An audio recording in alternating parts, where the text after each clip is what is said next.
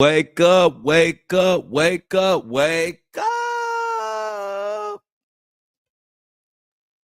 The thoughts, views, and opinions shared by the Flow Show No Filter are for educational and entertainment purposes only. I am not a professional. I am just good.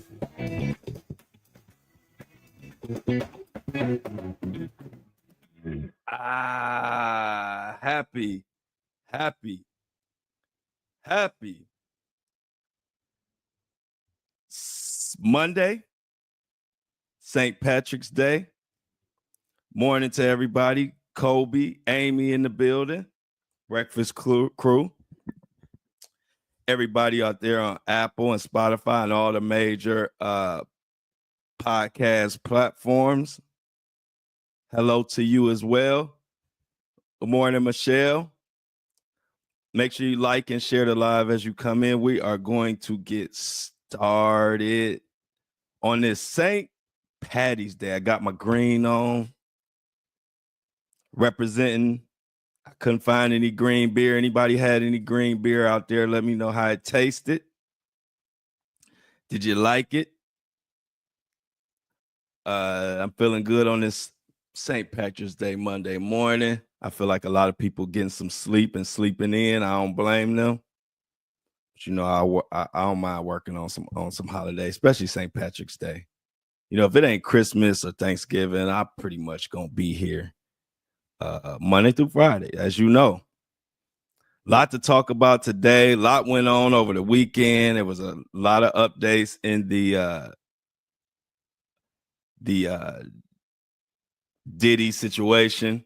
I don't know if y'all watched it, but a lot of updates came in Friday night. Nothing major, but they did change the trial date, which was a win, which is a win for the diddler. He is going to, him and his attorneys wanted to push the trial back a little bit and start jury selection a little later than what was planned. And turns out he got his wish. So we're gonna get into that. Also, Kanye West, y'all. It's getting to a point where I'm just out on Kanye West. I ain't. It gets to a point I don't have time for certain people, and you know I like Kanye. I've been rocking with Kanye for a long time, but this latest episode of him crying because he's fighting to be able to have his daughter North, him and Kim's daughter North, on a song, kind of glorifying Diddy, and it's like a tribute to Diddy or whatever.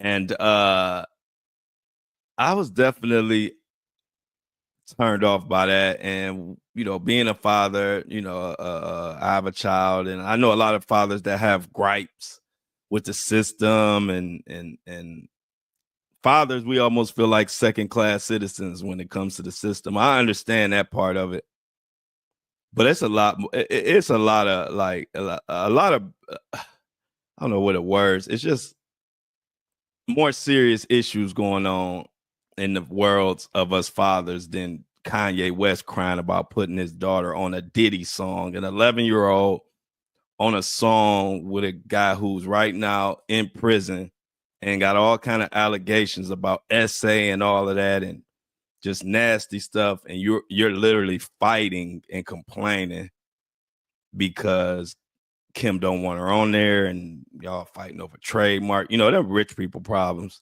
I just feel bad for the kids. So Kanye, I'm going to talk a little bit about, we're going to talk about that, but I think I'm out on Kanye, y'all. Also, what another thing we're going to talk about today? What in the world happened to this poor girl, 20-year-old, I think med student or PhD student, very a student, Sudiksha Konanki, out in Punta Cana. I don't know if you've been following that story, but she mysteriously disappeared, and we trying to figure out what the hell happened to her. I have always, if you've been following my career, I've always covered these type of cases. These were the cases that people kind of know me for, where a young person or a woman or somebody, a child, comes up missing, and nobody knows what happened. And if it don't add up, if I look at the case and it don't add up, that's usually when I insert myself and try to bring some awareness and some theories. And this is one of those cases where this 20-year-old was basically abandoned by her friends and ended up with another man named Joshua Reeby. And they were the last ones together, and he returned to his room eventually, and Sudiksha hasn't been seen since. And they're wondering where she go. Did she get kidnapped? Did she drown? So we're going to talk about that one. It's a sad one. If y'all not following that story, believe me, you need to be following it. And what do we always say? We all are paranoid about our kids in college. And oh my God. Here's another example.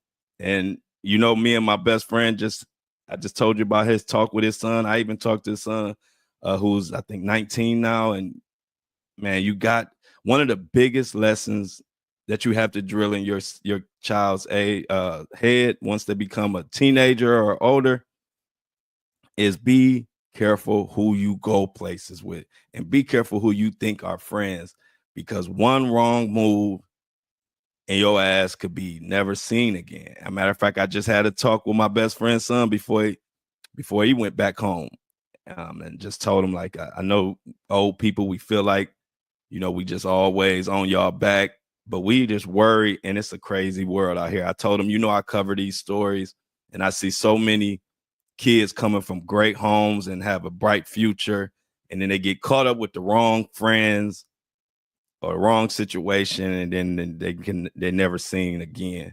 So I'm gonna talk about the Sudiksha case, Konanki. Really, that's a lot of people from TikTok and my earlier journeys know that I was one of the ones that always would step up and bring awareness to stories like that, to try to help and help the family and, get some clarity of what the hell happened. I don't know what happened, but we're going to get into that. People are losing it, y'all. So let's start with Diddy.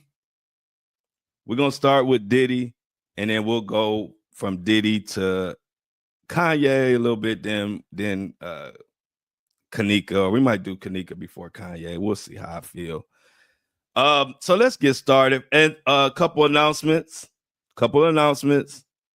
We are about to hit 100K this week. It'll be Thursday or Friday. We are going to celebrate an independent podcast that's about to hit 100,000 downloads in a little over 4 months. Is unheard of. Let me just clap it up for y'all.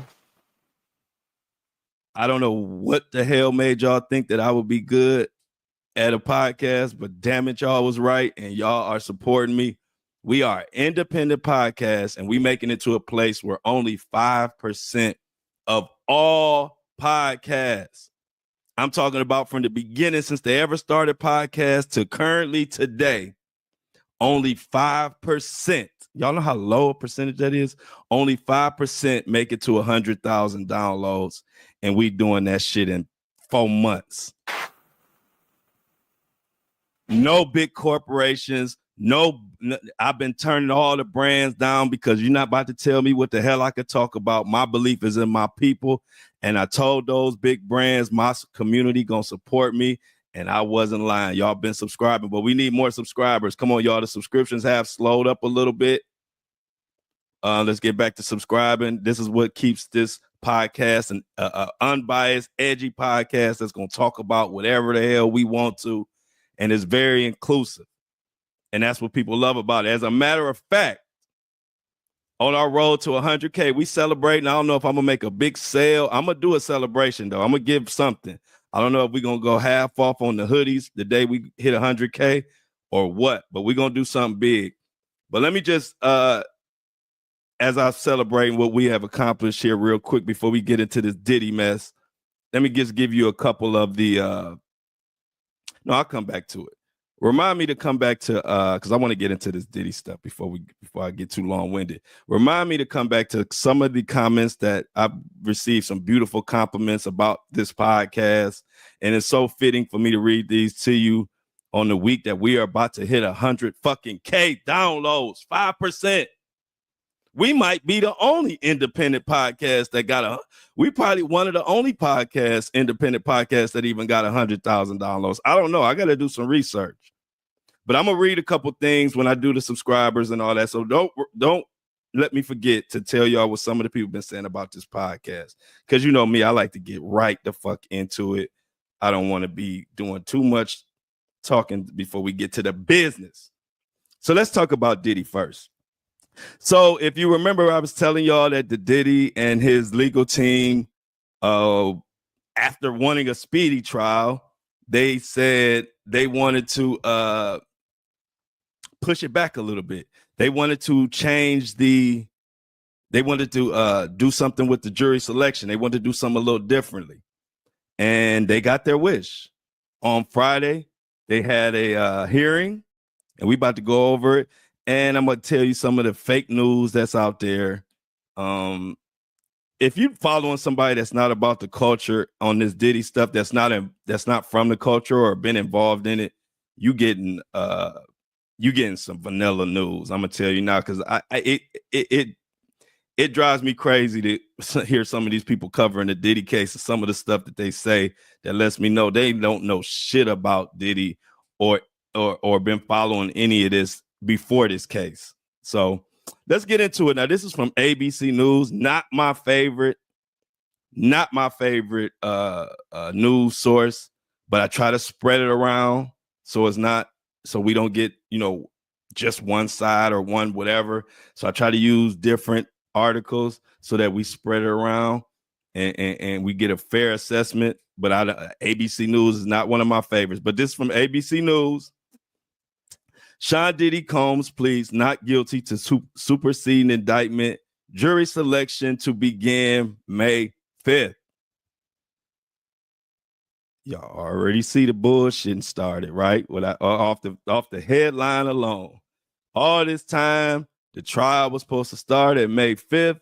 Diddy and his legal team was saying they were ready. They wanted a speedy trial. Prosecution agreed. And here we are in the 25th hour. The trial isn't starting May 5th. The actual opening statements were supposed to start May 5th. But now it's going to be the jury selection. It's going to start May 5th. And then the actual trial date opening arguments has been pushed back a week to May 12th. Not too bad, but definitely a win for Diddy because that's what they were pushing for. And they want to interview 600 jurors. This is unprecedented. They want a jury. They want to pick from out of 600 people. They want to interview. We're going to get into that. Let me not spoil the spoiler alert. So let's go into this ABC News article. Sean Diddy Combs pleaded not guilty Friday to a superseding indictment that charges him with forcing one of his employees into sex acts. Combs, whose hair and beard were noticeably grayer, entered the New York court unshackled in a khaki two-piece jail uniform. He smiled when he saw members of his family, including his mother. They were seated in the courtroom. "Good afternoon," Combs said to Judge Aaron when he was similarly greeted. Now, let me stop right there real quick because a lot of people were going around. This is one of those cases where I said people who not from the culture just say whatever. So about him being gray. Now, of course, prison gonna stress you. So I'm not gonna say it's not gonna stress you, but these journalists or these reporters talking about Diddy's hair was full of gray. He must be stressed out. Y'all, Diddy been gray. Diddy been full gray for years now. Full gray. The only reason it wasn't gray is because he had the Just for Man popping. Now I'm just giving you context. You know, I don't give a shit one way or the other. If Diddy, if they right or wrong, I'm just giving you context of when you following these people who don't follow the culture, know nothing about Diddy, know nothing about the industry. They only know about Diddy once he got picked up. So they just saying anything. She was, and the person was like, and when I saw him in December, it was a little gray, but now it's full gray.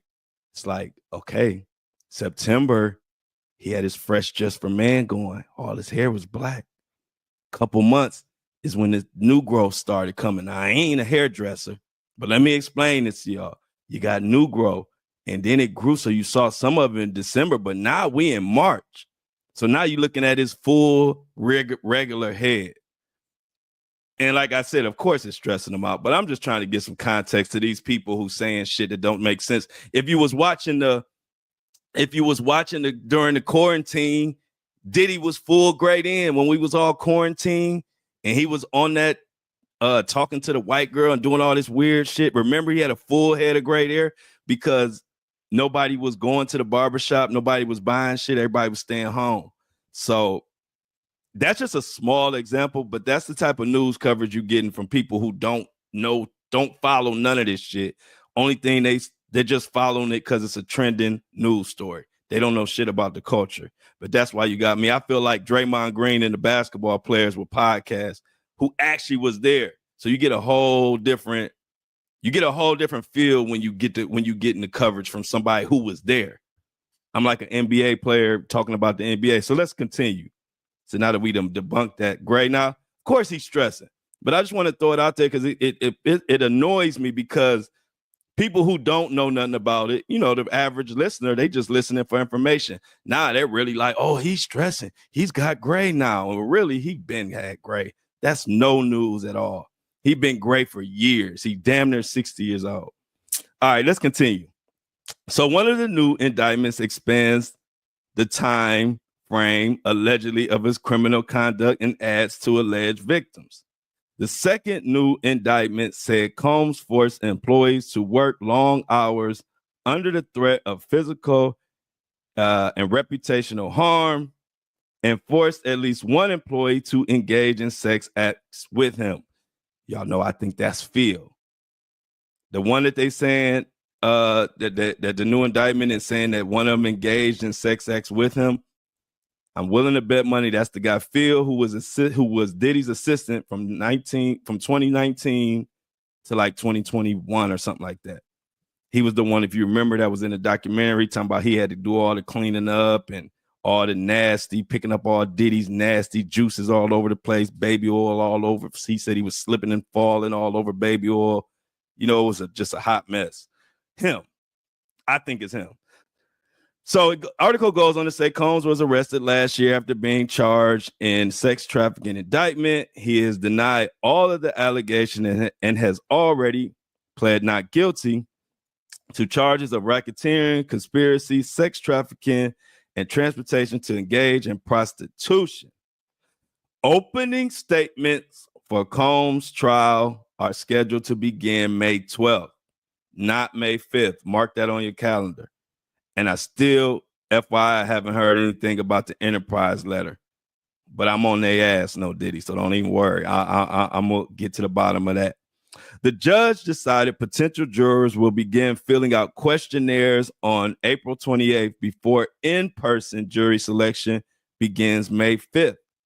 The aim is to question 300 potential jurors per day until a jury is seated. So they want to do this for 2 days, Diddy and his cronies. So not 300, they want to do 600. Something that has pretty much never been done before. Article goes on to say federal prosecutors said they have as many as 20 potential witnesses, aside from the 3 main alleged victims who could testify about Combs' conduct. Many of them are incredibly frightened at becoming publicly known or known to Combs' legal team. The judge said their identities must be disclosed to the defense in the coming days. So they're going to have to, these witnesses who are scared to be named are about to be named. And it ain't going to be on the low no more. And I feel them because they know Diddy has resources. They know Diddy has been caught up in blowing up people's cars, allegedly. Diddy has been caught harassing the one girl from Diddy Kane, or not the Diddy Kane, the one girl from Dirty Money. They said he called her, texted her 150 times about the lawsuit that came his way from Diddy Kane. He has just been a fucking mess behind bars. Diddy been breaking more laws behind bars than he broke outside of the bars almost. But that's neither here nor there. Now, ahead of the trial, prosecutors said they would make a strong argument to include video depicting Combs kicking and dragging Cassie. You're not trying to use video that would in any way be deceptive. That's what the judge asked. Prosecution says, of course not, Your Honor. But the defense, however, has insisted that the video is deceptive and signaled they would attempt to exclude it from the trial. It's a misleading piece of evidence. It's a deceptive piece of evidence, Combs attorney Mark Agnifilo said. What's deceptive about, let me just take a pause right there. What's deceptive about the video? You're beating Cassie's ass. I don't care if it's fast speed, slow speed, medium speed, the speed that I see these chickens and roosters running and jogging out outside. I don't care what the fuck speed it is. Whooping ass is whooping ass. Ain't nothing deceptive about that. So I think this is another argument that's not gonna go anywhere. You want to take out video of you whooping a woman, your woman's ass. It's talking about it's deceptive. But it lines right up with your fake ass apology. So I'm trying to figure out, what are we doing here? What's deceptive about it?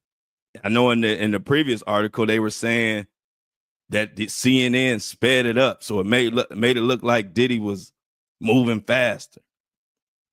And I'm like, okay. So if he slowed it down, that just means that he would have been whooping her ass for a longer period of time in front of our eyes. So how is that how is that misleading or deceptive? I think it would be worse if they slowed it down and made us and watch them do it in slow motion for 5 minutes or whatever. But let's move on. The defense has confirmed through a forensic video analysis of the CNN footage that the government provided to this court of the footage provided by CNN in response to the defense subpoena that all CNN video footage was substantially altered in significant respects. As a result, the CNN videos do not fairly, accurately depict the events in question. Bullshit is what I say, but I'm just a podcaster. I ain't in the court. Lucky for Diddy. So in a statement, a CNN spokesperson denied the claim that the video was altered. So now even CNN saying that they didn't alter the video.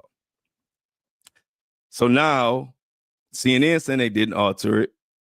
The defense says it is altered. Which one do you believe? Which one do you believe? So with all that said and done, basically what you have is a court case that has been moved back from, actually opening arguments were supposed to start May 5th. They will be starting May 12th. The jury selection for Diddy is like a jury selection we've never seen before. There will be they're trying to interview 600 jurors. They want private questioning. They want extra time. They want all type of extra questionnaires. Diddy, These jury selection requirements from Diddy and the defense are ridiculous. This ain't no damn making the band, Diddy. This ain't I want to work for Diddy or none of them shows that was on MTV. This a court case, my nigga. Diddy and his legal team think that this is Making the Band Part 5.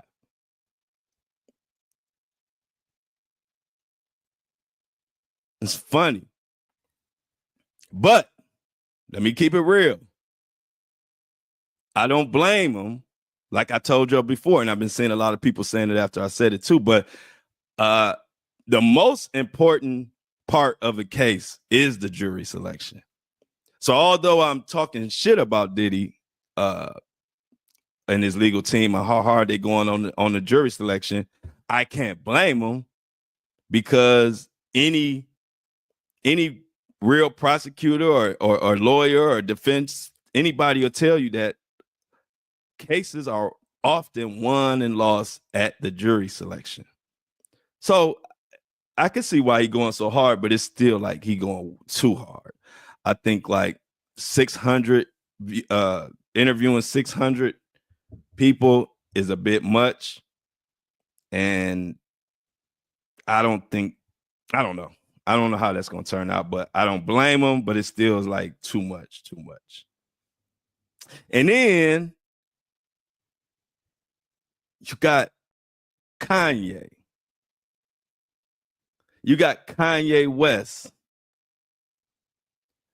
coming up in the mix, arguing with his ex-wife, Kim, mama to his child, arguing because he wants his 11-year-old daughter on a song glorifying the diddler, Mr. Mohawk. And Kim don't want it, and he crying about it. We're going to talk about that a little bit. But let you know what we have to do. We got to get into this Kanye West thing first, and then I'm going to go to the subscribers. But let's get into this Kanye West first and just touch it. I ain't even going to spend a lot of time on this, but it is a story that's really pissing people off. So let's talk about it. This is from Page 6.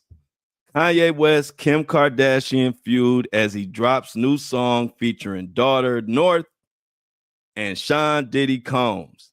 Now, I recorded the beginning of this song because it has Diddy talking, but they so hate me. I don't even want to play the recording of Diddy talking. They might try to hit me with copyright strike or some shit. You know, I don't trust the diddler or none of them Stevie J ass looking dudes. So I ain't gonna play. I'm gonna just tell you what he says. So the song starts off. Diddy comes in talking about, I appreciate you, Kanye, because nobody, ever since this situation happened, nobody helped. Nobody reached out to my family or children. Everybody been whatever. And so he was thinking, he's like talking from prison. You could tell it's from jail, from prison. And he's thanking everybody or thanking Kanye. And Kanye say, well, man, you raised me even when you ain't know me. And then Diddy's just thanking him again and talking about how nobody, all his industry friends have basically left his ass to rot. And then that's the beginning of it. And then it goes into the song. And then you got Diddy's son rapping. Diddy's son sound like one of them rappers that be on like TV shows. You know, when your TV show have a episode about somebody rapping and they songs always sound all extra cheesy and the lyrics sound all cheesy, kind of like Empire.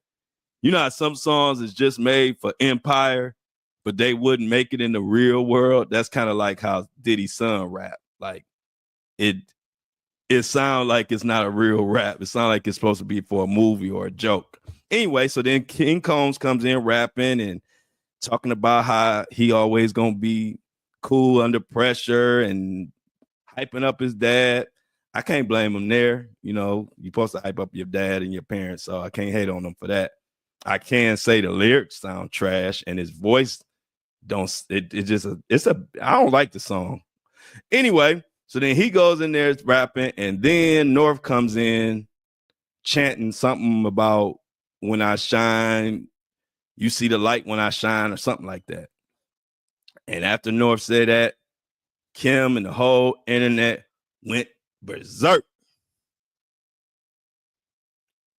Then they got to arguing back and forth because I guess Kim trademarked Northwest name, and so I'm thinking Kim can tell Kanye to pull that song or pull North off the song. I don't know yet because they just arguing, and Kanye said it's all out war now. And then what you have is Kanye posting screenshots of Kim saying she trademarked North name, and he said, I didn't know anything about it, but then she said you agreed to it and said that at 18 it goes back to her. All I know is Kanye West ain't nobody about to be coming to your defense. He's on the internet crying about fathers' rights and this and that. And you think we about to feel sorry for you because you want to put your daughter on a Diddy nasty diddler? His name is the Diddler. Like if you search Diddler, it pulls up Diddy. That's how much his name is Diddler now.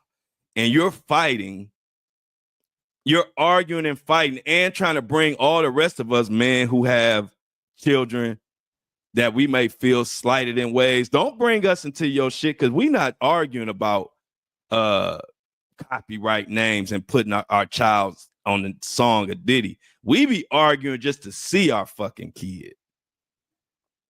We be arguing to have some say-so as a father and not feel like all we are for is for money to pay for shit. But at the end of the day, we don't have no rights. That's what we be arguing about. Don't pull us into this shit because you talking about how fathers get treated, and because you arguing to put your 11-year-old daughter on a song with a person who is on the trial of the century for trafficking with thousands and hundreds of allegations out there. And you think we supposed to be rallying for your ass.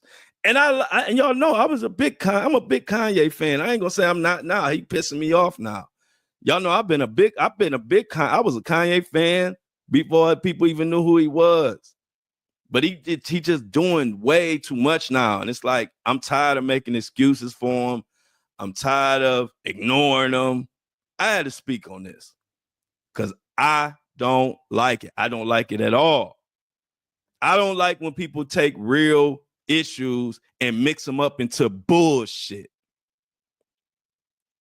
Meaning, we do have an issue with fathers and their rights to their child. I think that is an issue. I think for the most part, I think guys get second class, get treated second class when it comes to their kids. You don't see me on this bitch complaining about it every day, but I do think it's an issue. But I don't, at the same time, Kanye, you're trying to put your daughter on a song with this monster, and then you trying to use it as how fathers don't have. Nah, man, nope. Nah, you fight that one on your own. Don't bring fathers into that shit, Kanye. That's your own. That's you. You fight and argue against the whole world of why you getting your rights taken, but you the same one posting porn. You got 30 million followers and you posting just straight porn on X. And then we supposed to be arguing and fighting for you and fighting and wondering why you don't get whatever when it comes to your daughter. Kanye, just from me to you, Kanye, been a big fan. But this is way too far, bro. You doing way too much. I'm not about to be one of them stands. If you still standing and arguing and standing up for Kanye at this point, that's on you. I'm done with that. I want Kanye to get some help and get back to the Kanye that we used to love. It's almost like it's almost like he's struggling with not being relevant because of his talent. You know, he was always relevant because he was this genius. He would have a hit song or a hit clothing item, you know, the Yeezys, different songs and he produced different hits. But all of a sudden, if you notice recently, only noise that Kanye making is to say shock jock shit. Is to say the wildest. He's not getting any attention for this genius that we have called him for all these years. He not getting no attention for no music he just made, unless it's bad attention. He's not getting no attention for none of his merchandise. You remember at one point, every time he drop a pair of Yeezys, the whole world would stop. Niggas be in line, fighting each other for some Yeezys.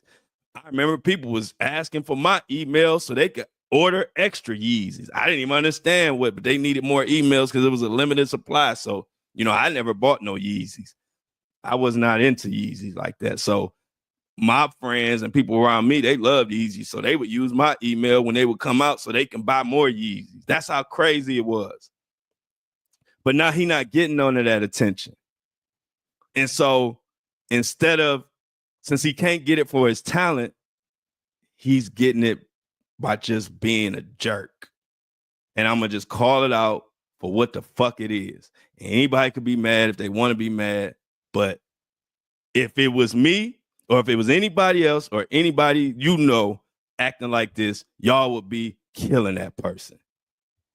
If I was doing what Kanye West doing, y'all would be canceling me and all of that. So I ain't going to give him no pass. So hopefully Kanye West, my big-headed boy, I love Kanye, man, the old Kanye. I hope you hear this. Man, get back to the talent and the music and the shit we know you for. Because this, every other day, you just saying the craziest shit you can say in your head. It's old, it's tired, it's played out. I don't even want to talk about it. I just said I'm tired of ignoring them. So I brought him I talked about him on this podcast episode. But really, I'm at the point where I really just ignore. Because I know what it is. See, once I know what you're doing, it doesn't entertain me anymore. You literally have turned into a shock jock. Somebody just, hey, he figured out if he can go against the grain, that's how he keeps himself in the algorithm. So when everybody loved Puff, y'all remember Kanye West was dogging Puff on the Breakfast Club. And when a lot of people were standing up for him, I'm talking about like in the industry. But then when all the allegations started coming out and everybody started hating on Diddy and everybody started calling Diddy for what he was, what he is, now all of a sudden, Kanye West has went 180 degrees and now all of a sudden he the biggest Puff supporter. Kanye has just turned into a contrarian. I'm going to call him Kanye the Contrarian because his new formula, since he can't get us with his talent, is he's going to look at what everybody else feels and then he just going to go the other way. And the play is tired. If y'all want to keep riding that roller coaster with Kanye, y'all more than happy. I'm more than happy to let y'all do that, and that's y'all choice. I'm not riding this roller coaster. Pay attention now. As you watch Kanye, all he does now is figure out, okay, if everybody's going right, I'm going to go left and say it loud and be ignorant. And that's his thing now. That's his shtick. And I'm done with Kanye. And I don't like it. But what I do like, and we're about to get to Sudiksha Konanki in 1 second, but what I do like is the subscribers. And why I like the subscribers, because they allow this podcast to be here and continue to flourish. You can hear the content I'm talking about. You can hear how straightforward I'm talking to these motherfuckers. Big corporations don't want to let me do this. So the only way I can continue to do this is if you subscribe. If y'all stop subscribing, or if I don't have subscribers, I got to turn this mic on and start talking about the latest relationship issues and celebrity life. Nothing. If without the subscribers, I would have to be on this bitch talking about bubblegum topics, and I wouldn't like that. And I wouldn't do it probably. So appreciate the subscribers. Let me shout y'all out. And also, I got a couple things to read. So we got Sherry donated with a $5 subscription. That's CHERRY. So clap it up for Sherry for a $5 subscription. If you want to subscribe to the podcast and keep these lights on and keep Truth Alive, go to look in the subscription. It's the Buzzsprout. Subscribe to the podcast. You'll also get exclusive content. What more can I say? Another subscriber of the day, though, and I will shout you out. You subscribe, I will shout you out. And one more thing I need to remind y'all, so y'all don't be coming at my neck when this trial starts. Y'all know I have the best Diddy coverage. I have a live correspondent that will be in the courtroom every day, and I will also be popping up in the courtroom. They've invited me. So at that point, y'all know it's going to be travel and everything. So all I'm saying is maybe a couple weeks before the trial starts, subscription prices will be up. So get your subscription now, because I don't want to hear nobody mad at me when the subscription price go up, because flights to New York and back, I'm out the country, costs a lot. So I got to go up on the subscriptions, but I'm going to be bringing the best Diddy. I mean, they already know I'm the best at covering Diddy. That's why all his Stevie J's and all the Rich Dollars and all his little Mohawk Diddies be trying to come on my page, because they know I'm the best. I ain't saying nothing no different than everybody else, but I'm the best at it. And my shit is real. And I ain't on here just pandering. They know when I talk, people listening, because they know I'm saying the freaking truth. So get your subscription now. And subscriber of the day is Jasmine with a $10 subscription. Jasmine, you are so sweet. Go Jasmine, go Jasmine, go Jasmine, go Jasmine, go Jasmine. Jasmine subscribed and I like it. I didn't have any shoppers, so no shopper of the day today, because y'all done gave gave and I don't like it.com a little break, but I ain't mad at y'all. But I do have a special something coming for this 100K that we about to hit up. So everybody in the chat, say thanks to Jasmine and everybody who subscribed and all of y'all who listen. Even if you ain't had a chance to subscribe or buy nothing in the merch, hey, one thing about this community is we all work together. If you ain't got the funds, just share it. Y'all been sharing it. Y'all been telling people about it. So even if you ain't contributed no money, you are very valuable, because this is a team effort. There is no way in fuck an independent podcast should reach 100,000 downloads in 4 months, especially one like this one, where I'm calling motherfuckers out left and right. But because of y'all, here we are. And I like it. We here. An independent podcast. And not only that, we hitting 100,000 downloads with 5-star rating across all major platforms. And you know, when you opinionated, it's people that want to give me 1 star just because they mad because I dogged Elon Musk, or they mad because I dogged Diddy, because they say I'm bringing down a black man. It's so many people who mad at me for different reasons, but we 5 stars and I love it. And that's why I've been saying it from the beginning, but I think y'all starting to feel me, that we have the best community, best following group online, and it ain't even close. Let me read you. You know, I got 3-year-olds putting on the Flow Show No Filter in a mullet competition. Come on now. In a mullet competition. I don't even know nothing about mullets, but check this out. This is from the fan mail to give you an idea of what we got going on here before we get into Sudiksha. Here's one person say, hey, love this podcast episode. It's refreshing to hear someone on a podcast with an audience that focuses on the evidence and not taking this personal. This is how we get the truth, even if it's hard for people to hear. Truth, truth, exclamation mark. Thank you for that. I can talk till I'm blue in the face about what kind of community I want, but only thing that matters is what kind of community I actually have, and I have the one I want. And y'all know that's what I want. I want an inclusive community. We all might have different opinions, but we come here and we talk about all the cases that matter. And I'm just happy that my vision is coming true and people are seeing it. I got one more for you. Hey, Flo, thanks for the shout out. Woohoo, you made me feel special as I started my day with your podcast. You have no idea how refreshing it is to be part of a group that is truly inclusive. Everybody is welcome. I will do all I can to support keeping you independent. And I'm out. And I quote, come on, y'all. If that ain't beautiful, we got all these people talking about loving the community that we build. It's inclusive. And I told you, people giving me messages and they tell me I'm out. I love it. We got our own language and everything. So we're going to get into this and keep it moving. Just wanted to shout y'all out.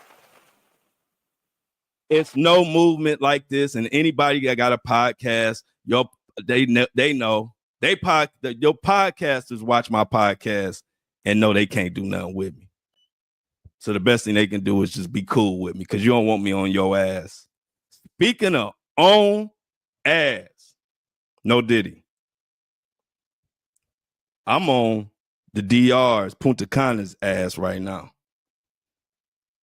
Because I want to know what the fuck really happened to Sudiksha Konanki. Check this out, and then we're gonna go into it. Top story tonight: a retired FBI special agent is one we continue to follow out of the Dominican Republic. A St. Cloud State student is still a key witness in the search for 20-year-old Sudiksha Konanki, who vanished while on spring break. The St. Cloud State student is believed to be the last person with her 10 days ago. Fox 9's So-Young Kim joining us in our newsroom now. And So-Young, his parents are speaking out through their attorney at this point. Kelsey, Randy, his family says he's being detained in the Dominican Republic despite his willingness to cooperate. This surveillance video shows what authorities say our 20-year-old University of Pittsburgh student Sudiksha Konanki and 22-year-old St. Cloud State University student Joshua Reeby in Punta Cana. They can be seen together on camera not too long before she vanished in the early hours on March 6th. Dominican Republic police say Reeby is considered a witness as the search for Konanki continues and say this is a missing person investigation, not a criminal case at this time. Now, his parents are speaking out through an attorney saying, quote, despite his full willingness to cooperate, Josh has been detained under irregular conditions and subjected to extensive questioning without the presence of official translators or legal counsel until Wednesday, March 12th.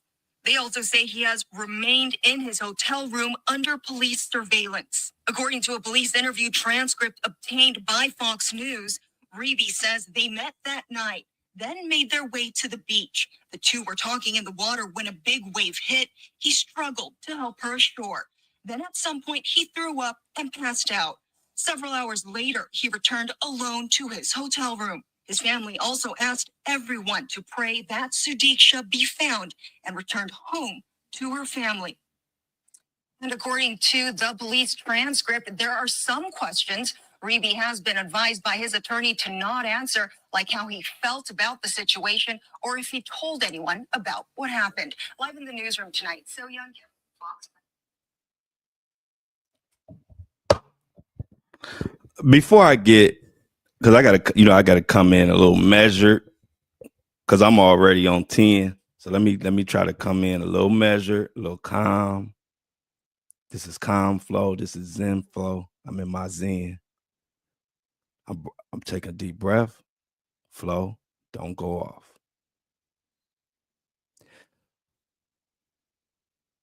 First of all, I want to say we came together. We leave together.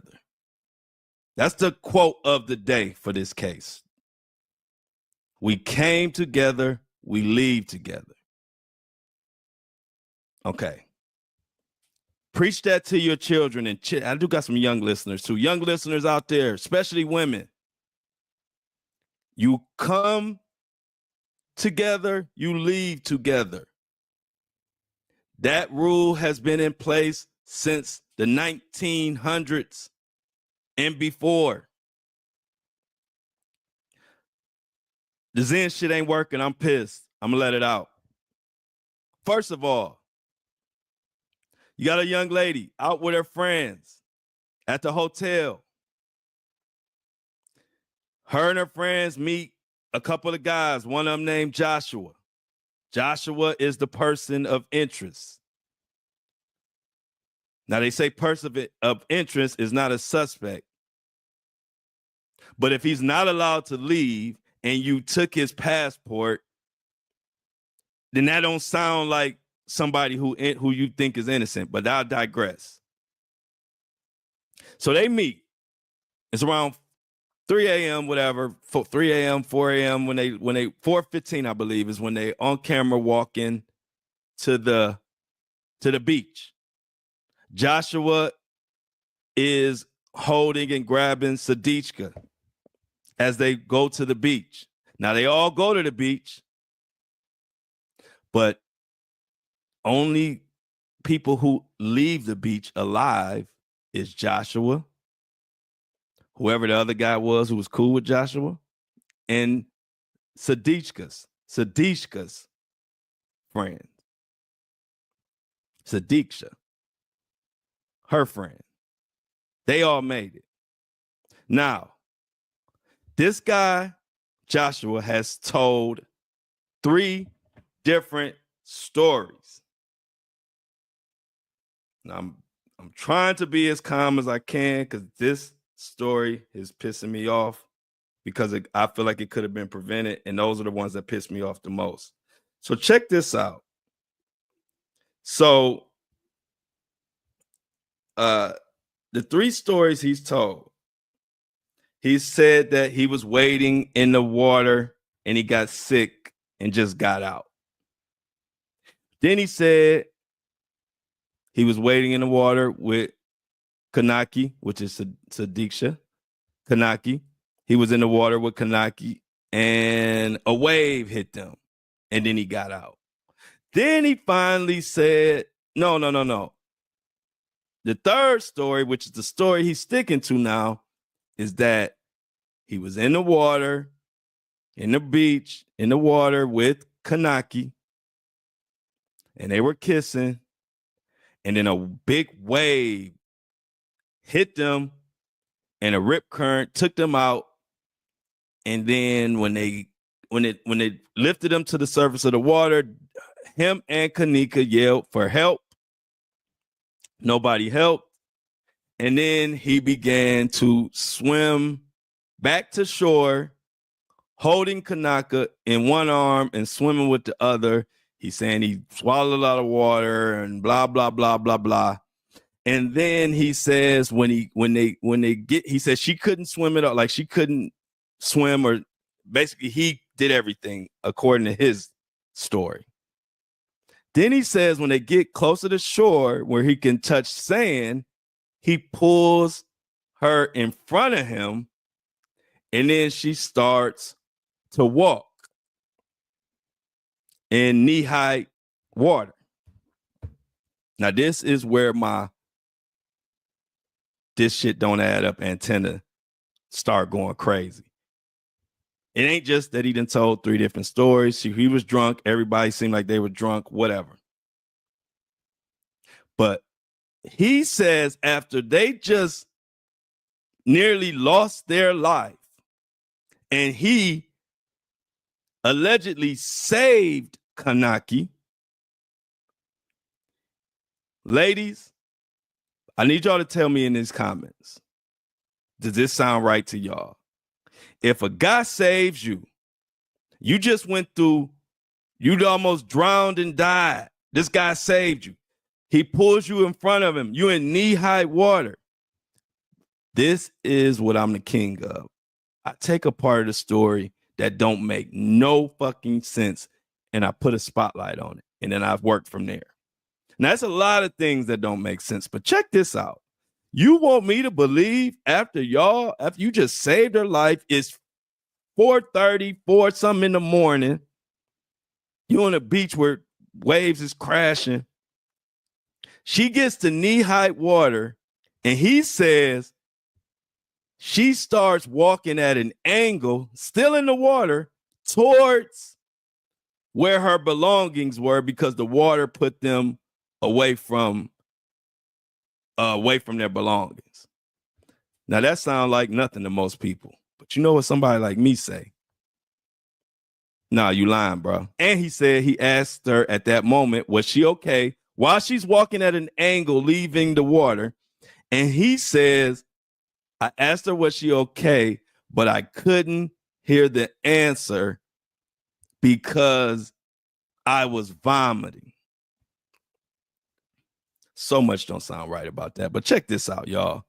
First of all, if somebody just saved your life and y'all I go to the beach all the time. Y'all know that. Once you get to the part where you can walk, you doing a straight beeline, straight ahead to get out the fucking water.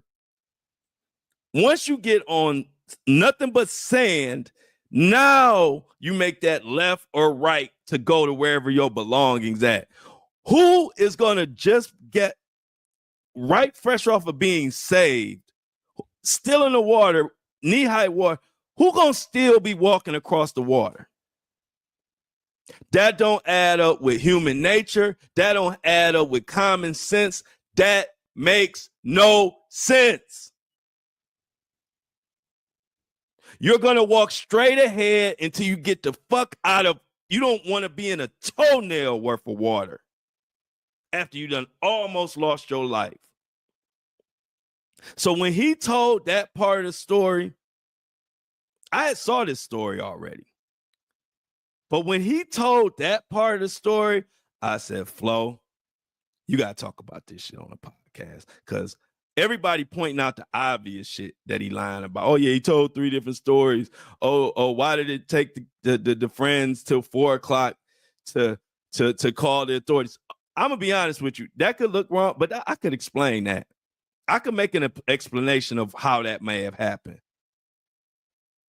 But when you tell me the story and you're going to tell me that this poor little girl who was just swept out into the middle of the fucking ocean to a point she couldn't do anything but just hold on to you, and you were trying to help her breathe and all this stuff you saying, and then you get back when she can finally touch the ground and she's in knee-high water, you mean to tell me after this life-threatening situation she just went through, she's walking at an angle? She's not trying to get out the water. She just want to walk at an angle, still staying in the water, but to go get her stuff. That's bullshit.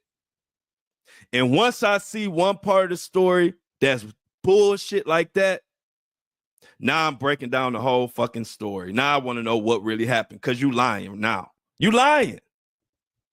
If somebody if somebody pulled me to safety, the minute I could put my foot on the ground, I'm going straight ahead out of the fucking water.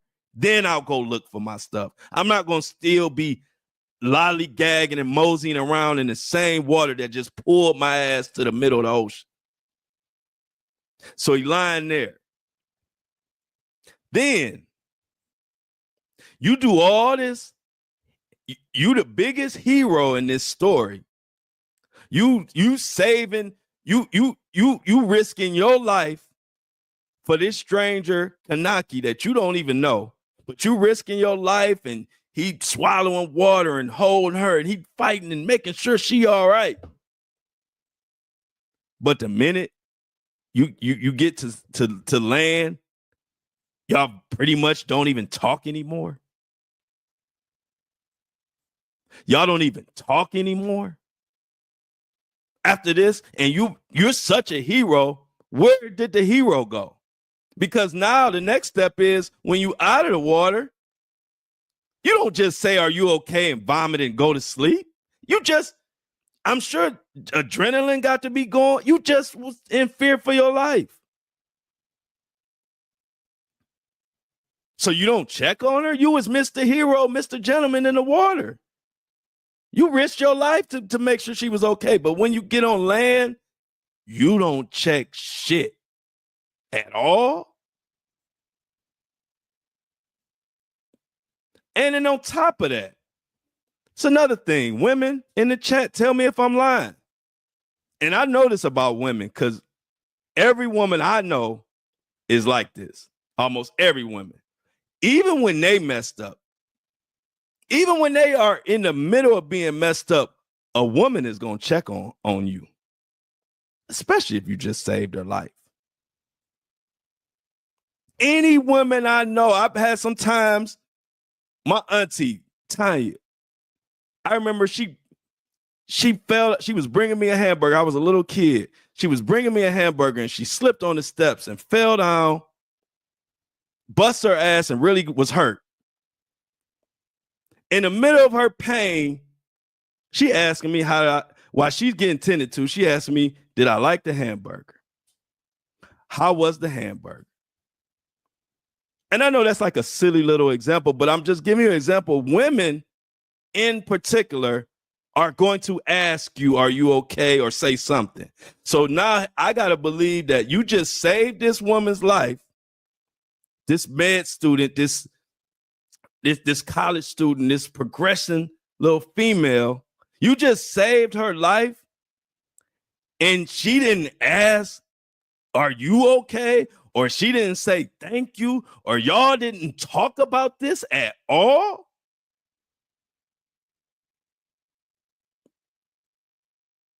I can't believe that. That don't make sense. In my mind, the way that scenario would go is once you pull her and she's walking, she's going to walk straight ahead, make sure she out that water, you walking behind her. And when you get out there, she going to say, thank you. Are you okay? Da-da-da-da-da. It's going to be some talk going on.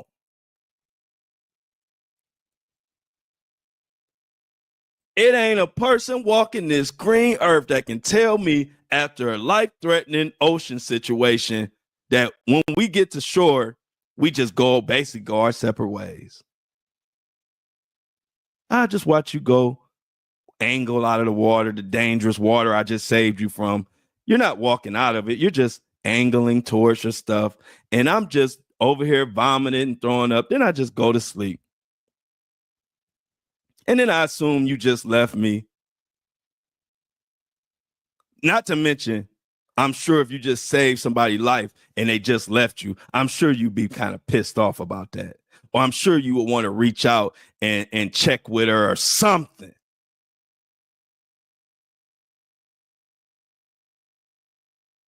This such bullshit, I'm going overtime.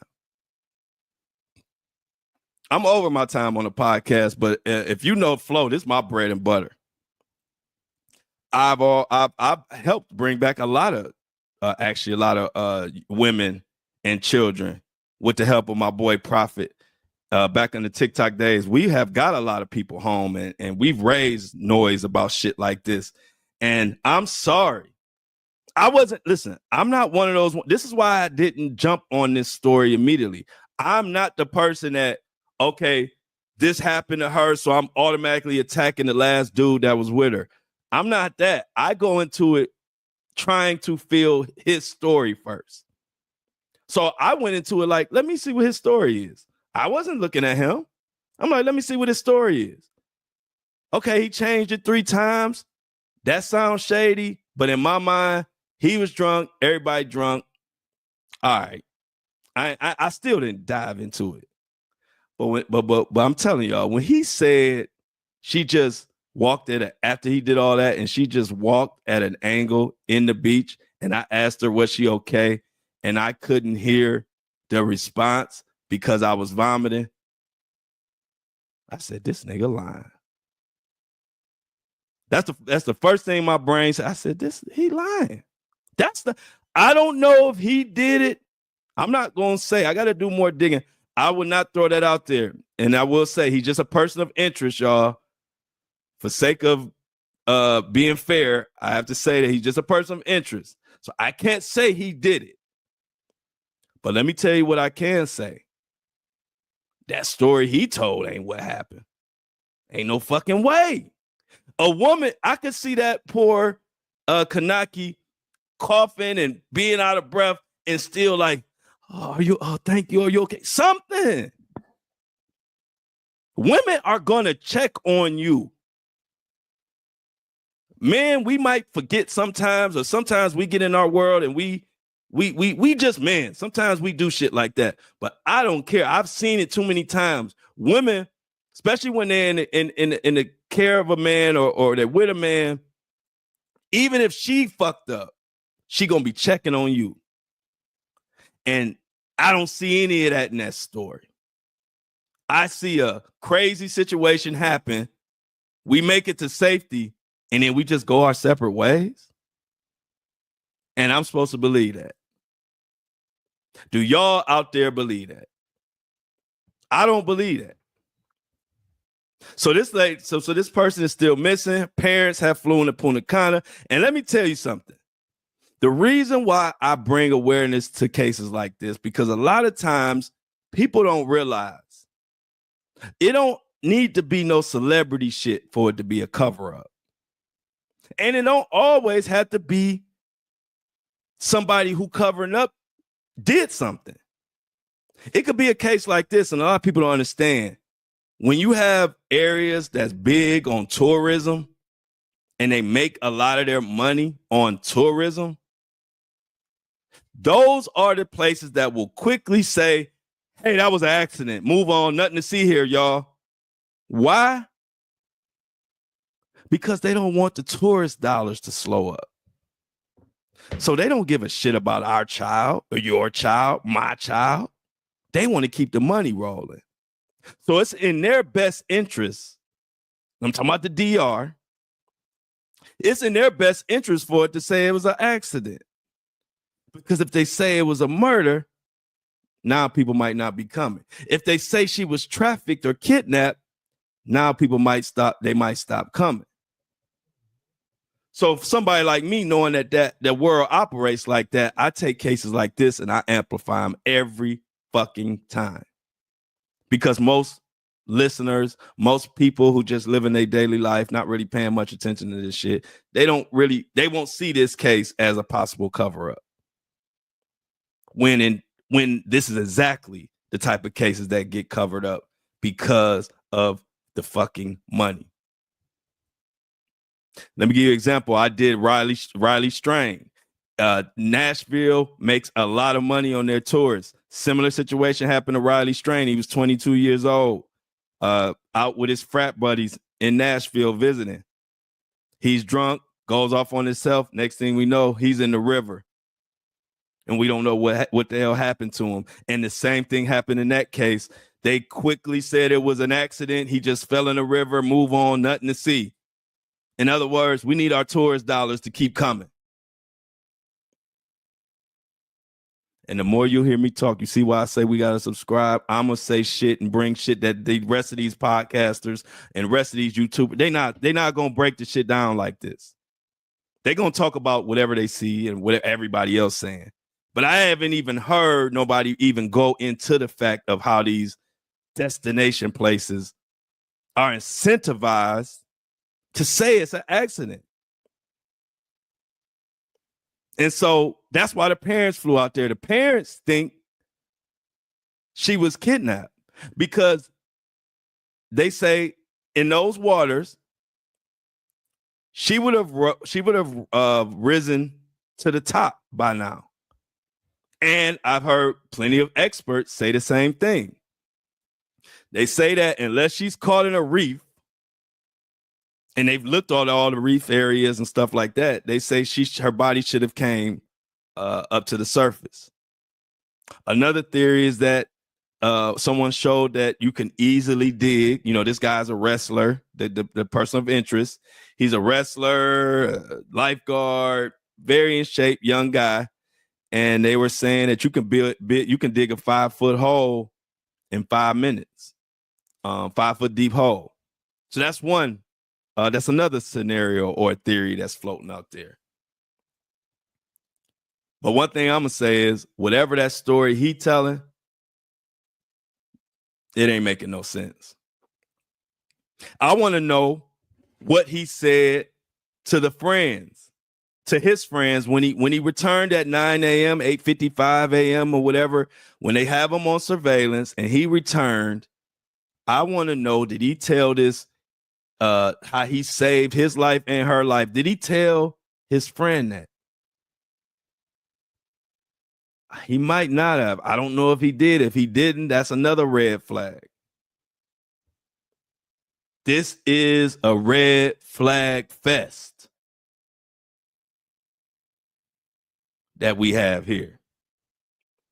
He was so intoxicated and was able to pull both of them to shore, but then he just took a nap after that and didn't wake up until the mosquitoes was biting him.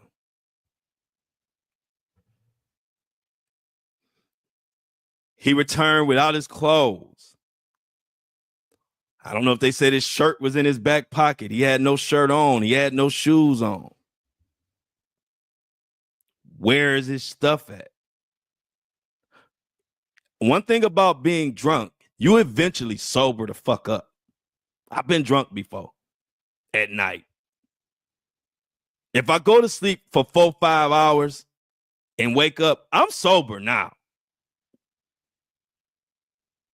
But apparently he's still drunk because he's at the beach. He didn't even go get his shoe. He didn't do. What the hell were you doing for 4-5 hours?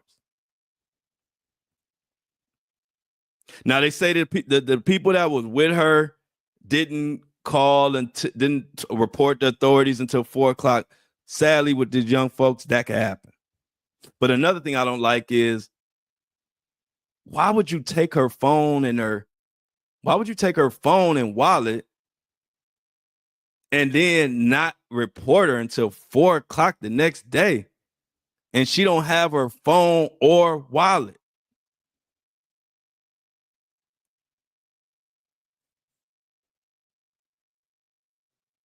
Then you return to the hotel 4 hours later after taking a nap, after saving this girl's life, and after you asked her, was she okay? You didn't hear an answer because you were vomiting. Well, did your vomiting ever stop, sir? Did you vomit for 4-5 hours? Because I'm thinking eventually you would stop vomiting, and guess what? You can ask her again. You can walk over to the direction she went to. You ain't do none of that. And so another reason why Joshua, the person of interest, another thing that shows me he can't be trusted is he has a girlfriend. And I ain't about to get into the who cheat, everybody cheat, these certain people don't cheat. I don't know about that. This ain't no relationship podcast. Y'all it's plenty of those. Go tune in them for that. I'm just saying, if you straight up on 4K cheating on your woman, you've already showed that you will lie. So I'm not condemning or judging in that aspect. All I'm saying is you already shown you a lie. So who knows what lies you could have told? Now me, what it sounds like to me is his story is describing what happened, but it was something nefarious happened. Like, I believe they were in the water. I believe he did something happened. It was triggered. Something happened. And I think when he asked her, was she okay? and he says he can't hear, he didn't hear a response. I think that was him asking, was she okay after he had did something to her? Because one thing about it, we all know when people lie, they got to mix some truth in with that lie. That's the best lie. The best lie is mixed in with some truth so that when certain stuff comes out, it doesn't make you look guilty. So in my mind, I think he did ask her at some point, was she okay? And I think she was out. I think she was probably dead. Now, this is just speculating. I don't know. But I think, and then I'm thinking at that moment when he realized that she was dead, possibly that's when he started vomiting. That's when he started vomiting. And that's why he didn't hear a response, because she was dead. And it's just funny. Usually where the story stops, it abruptly, this story that he told abruptly stops. Remember, he has said that he was holding her in his arms. He got so many details, all the way up until the details we need to know. What the fuck happened when y'all got, well, after you saved her life, we don't know nothing. But he is saying that he carried her, he tried to make sure she could breathe, all of this stuff. But he don't describe what happened after they were saved. And the reason, another thing, why that's a red flag, because the reason why we don't know much details after that is because that's when he went into cleanup mode, allegedly. Now, again, it's just my theory. He's just a person of interest. I'm letting the story develop. I'm just telling you what I think may have happened based on what he's saying. I'm only basing this off of his story. The reason why the story stops abruptly at she went to walk to get her belongings in the water at an angle after I just saved her life. She didn't walk just straight out of the water to make sure she was completely out the water. No. She gonna walk at an angle and stay in the water that I just saved her from, okay? But the reason why the story stops abruptly there, I believe, is because when he asked her, was she okay, and she didn't say shit, he said, oh shit, she dead. Now he vomited. And now he goes into cleanup mode. I don't know what happened, but there's a reason why his story stops there. And it's also a reason why he would leave her story with her halfway in the water, walking out of the water. So that leaves us all guessing, well, is she in the water? Did she make it out the water? Look how convenient his story is. He can't just say he left her in the water, and he won't completely say he saw her out the water on shore on dry land. He says she walked at an angle while she's still in the water to go get her stuff. Man, I know that father and that parents is over in Punta Cana going crazy. Now, I don't know. Like I said, she could have been it can anything. I just don't believe his story. So I'm going to say it again so people don't think, I don't want to throw him under the bus and have everybody running around saying that I said he did it. I'm saying based on his story is not believable at all. And so if I'm thinking he made this up, he had to make it up for a reason. So if he made it up, I'm thinking he had to say he kissed her. I'm thinking he set it up to where if her body is found and they find out that they inspect her and find out he did more to her or whatever, he's already said they were in there kissing and this and that. Like I said, this is one of those ones.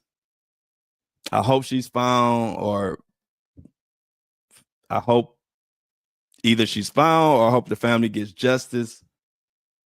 we tell our kids all the time, and we just reminded one of our own, because, you know, as a family, my best friend's kids is like my kids. My son is like his son. And it's funny, we just had a talk with his son about being careful who you go places with.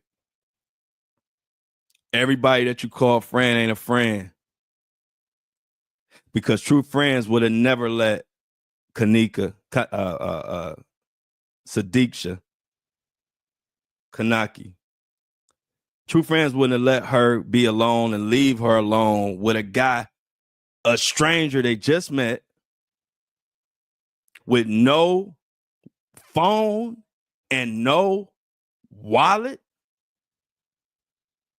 So all the kids out there, now you see why your parents and why me and why my son, we be worried to death about y'all because of shit like this. I remember my son, 14 years old at his new school, was going 14 or maybe he was 15. He was going to homecoming. He was at my house. And my son, you know, I don't never go nowhere. He'd be chilling. But it was homecoming night. I let him go to the little restaurant or something with the rest of his friends.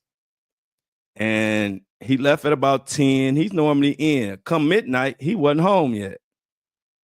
I said, oh, shit. Text him, nothing. First thing I thought, his mama gonna kill me. That's the first thing I thought. I said, his mama gonna kill me. 12:30, he finally texted me. He said, Dad, I'm on my way. We just finished eating. And he finally got home. It was like 12:53. It was a little bit before 1. I told him, bruh, don't ever do Dad like that. I was over this bitch having a heart attack. But that's how we worry because of these kind of stories. And what I'm saying that for is just like my best friend Darnell talked to his son about going places because he went somewhere that he was kind of like far away. And then after he had that talk with him, I turned around and had to talk with him. I said, this Uncle Flo talking to DJ. That's his son. That's my Darnell's son. I said, be careful. Be very careful who you go around. Only have a select few that you go around with. And because in a blink of an eye, you could be gone. Because I know the type of friends, and in my family, especially women, they not letting you go nowhere with no stranger. And they not around. You're gonna have to come with them. It just wouldn't happen. I've seen women, even when the woman wanted to stay, 3, 4 of her girls say, excuse my language, they be like, bitch, you coming with me. And now I see why women be on that. I've been young and running around in Miami and doing stuff and had a woman that, you know, we kind of connected on the trip and she say she coming to kick it with me. And then next thing I know, her girls is like, no, she not. I'm all mad. I'm pissed off. But I understand it now. So I'm telling all the parents out there, I know we say it to our kids till we blue in our face. But I need you to get bluer. I need that face to get even more blue because you got to say it again. I told my best friend D, the best, most important thing you can tell your kids once they start transitioning from a kid to an adult is to be careful who you go places with. Be careful who you call friend. It could be the difference between life and death. So I'm going to continue to dig into this Sudiksha Konanki case. I hope she's safe and sound somewhere. It doesn't look good. Like I said, dude's stories sound crazy. I could poke so many holes in his stories like a fucking wiffle ball. Why did you not check on her afterwards?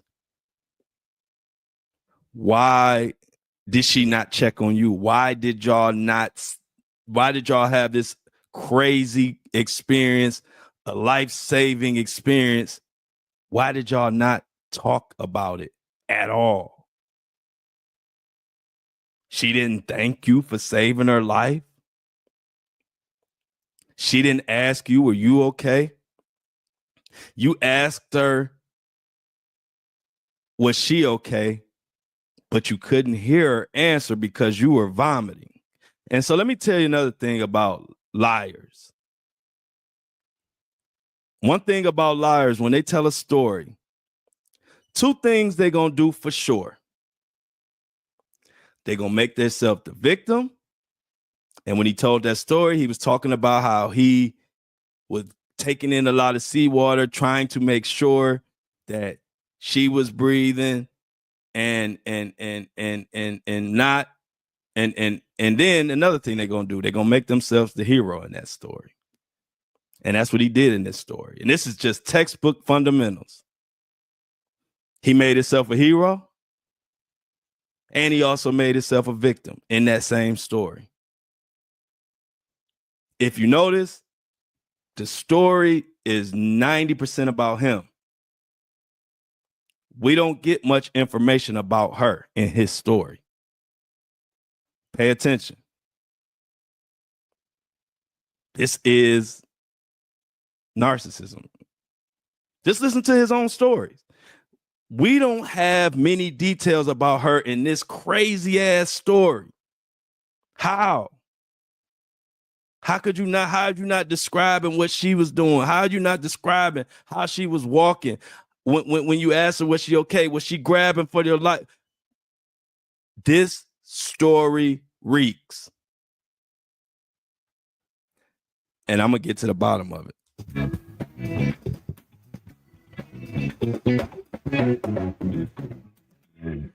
Happy St. Patrick's Day, as always. I love y'all, but I'm out.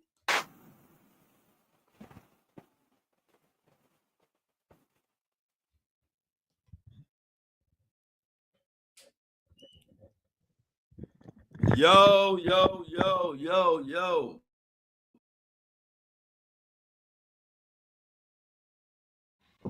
Happy St. Patrick's Day.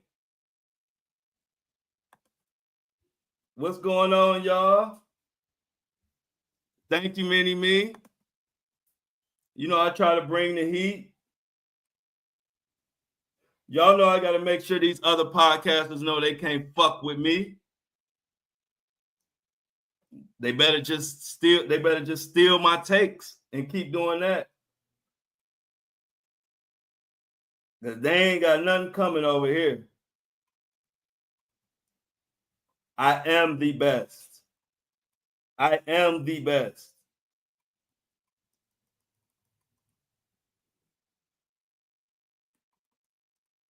They know it. Good morning, beautiful ladies. Happy St. Patrick's Day. Good morning, beautiful ladies, Shauna and Amy. We got some things. I sent you a song request. Let's hit the song request. So yeah, y'all, this is crazy. So I'm gonna talk some more about Kanika. I just gotta get our people loaded. Y'all know the drill, but we're gonna talk some more. I'm gonna talk some more about what's going on with Kanika. And that don't make no sense, man. I don't care what nobody say. I don't care what nobody say. This Kanaki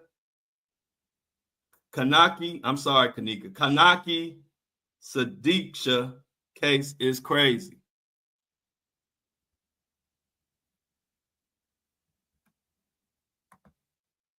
I'm always in the zone, Jennifer. Yeah. So let me give me 1 second, y'all. I'm about to get us loaded, get us locked and loaded on Apple and Spotify. And I got some more coming up on Sudiksha case, Diddy, and we're gonna talk a little bit more about Kanye. Give me a second.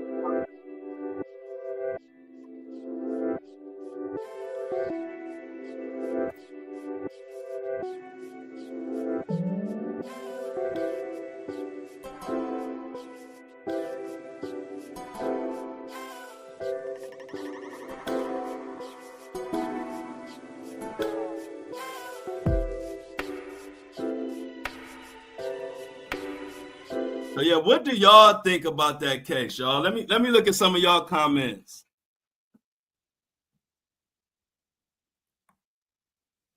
Thanks, Diamond. I had a great weekend, Diamond. I enjoyed myself.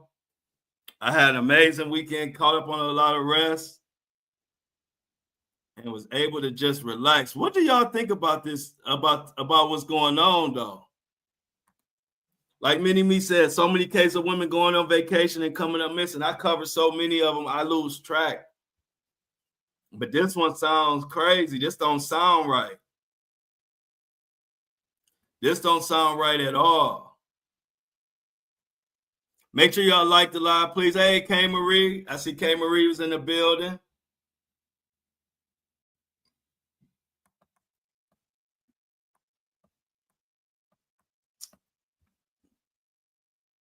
But yeah, it's definitely our jobs to let our kids know they cannot hang out with. That's were not her friends. What female friends leave their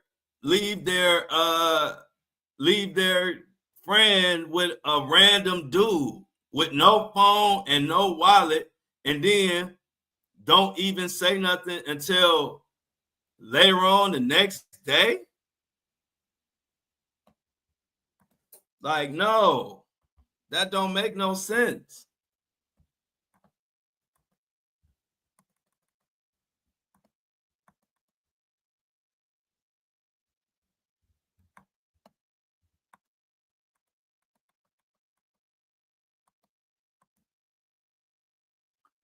I don't know, y'all. I know the parents. I feel sorry for the parents. Math ain't mathing at all. I'm with me and Amy. Me and Amy will definitely be thinking a lot alike on a lot of things. But I definitely think that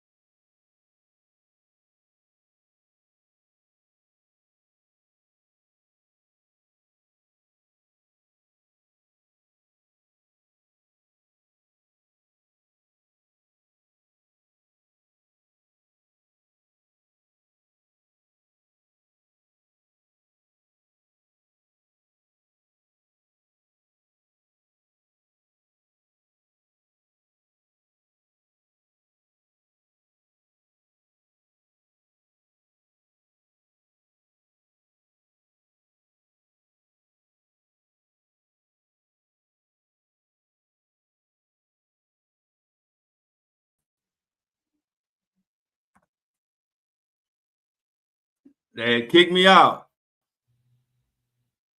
No, they just kicked me out. That's that. Hey, look, that's that overseas. I'm on an island.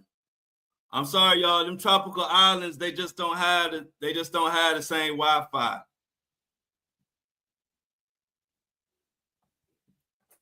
I'm sorry. Hey, look, on the islands, I don't know if y'all been to many islands, but the Wi-Fi ain't the same. But I wouldn't trade in the weather for y'all Wi-Fi though either. I wouldn't trade it. I deal with the Wi-Fi. because it's 80 degrees every day. Every day it's 80 degrees. Yeah, I live on an island. Yeah, I live on an island. Come on now. Y'all know I'm on an island. But yeah, man, that don't sound right, y'all. Y'all got to talk to me on this one. What is going on with that story? I'm like Amy. I just don't want to be too loud because I don't want to condemn that man, because I do have a big platform, and I didn't want everybody like, I don't want the whole world screaming, but I definitely think that this is what I think. I think they were having sex. I think he accidentally, I think he unalived her. I think she didn't, like, she wasn't breathing or something. And then I think what happened is that is at the point when he tried to grab her and swim in or something. And when he tried to grab her, when he grabbed her and swam in, because think about it. Even in his story, it sounds like, this is where his story don't make sense. Thank you. So check it out. Even in his story, do y'all notice when he's saying he got her under his arm and he's swimming to shore or whatever, he don't say that she was swimming and gagging or none of that. He act like, as far as even his story, it was like she was motionless. He didn't say nothing about her kicking and trying to fight or anything. And if she motionless, well, how did you put her in front and then she just started walking halfway in the water at an angle? Nah, they was in there having sex. Somehow she drowned. I don't know if he did it if it was intentional or not intentional. I can't really put my finger on that yet. But it feels like she died while having sex. Somehow she drowned while they were having sex. He pulled her to the shore and realized when he was like, "Are you okay? Are you okay?" and she didn't answer. Then he started vomiting, realizing that she was dead. And that's when he went into cleanup mode, in my humble opinion. And I don't know if he buried her. But I don't know. He might have buried her. I don't know. Yep, by hugging her neck.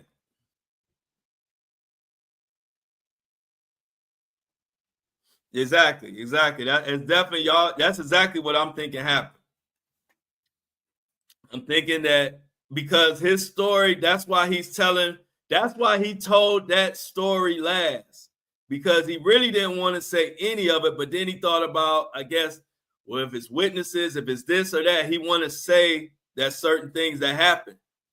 He want to mention them.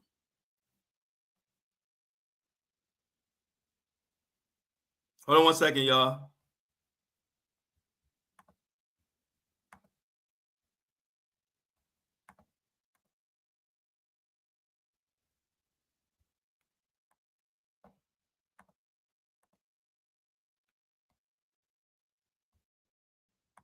Then you got to remember, on top of all that, he got a girlfriend.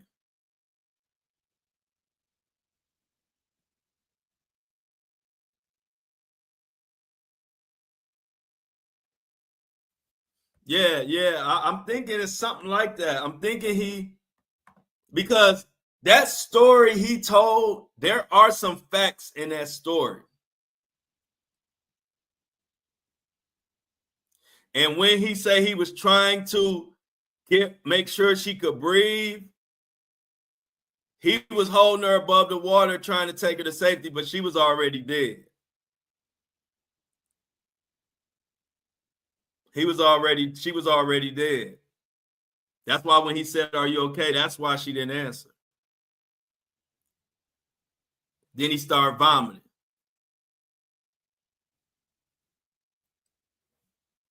Sad, sad story.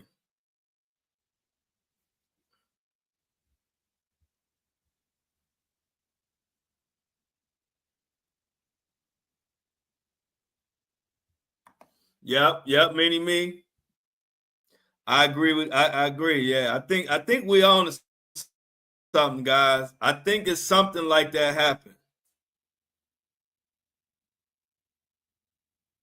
I think something like that happened because ain't no way. It don't make no sense. And then why would you go? Then you just go to sleep. It don't make no sense. Then you just go to sleep. Come on, y'all. Yeah, I don't know, man. That story don't make no sense. And like I said, I wasn't going into this story, which is why I didn't cover it. I wasn't going into this story thinking that he did something wrong, or I wasn't going into it just for that. I was going into, okay, let me see what his story is. And when he told his story,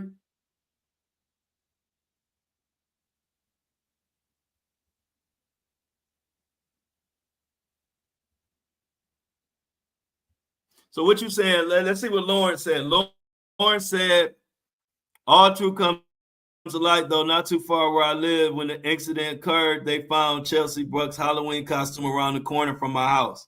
Big news, big story. Years back, he went on the run for a while.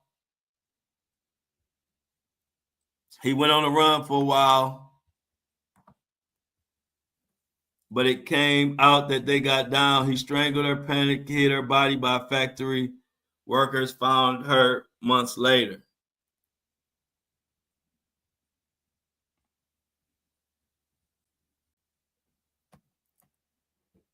Yeah, you got to start from the beginning, Diamond. We went in today. And let me tell you, Mini Me Ben told me about this story. So shout out to Mini Me, because I remember Mini Me putting something about Sudiksha. I saw Mini Me put something about Sudiksha in the chat. So Mini Me been on this story, and I had saw the story, but like I said, I didn't think nothing was too strange until I heard him say he saved her, and then she was walking halfway at an angle in the water and towards her stuff. That's just a bold-faced lie.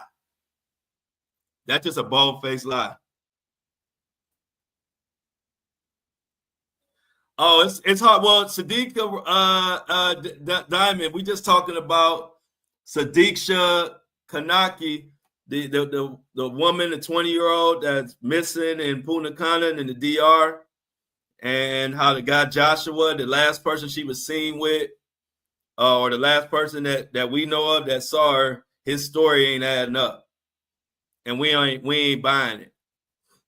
And her parents feel like if she was in the water, she still would be, she would have came up by now or have floated.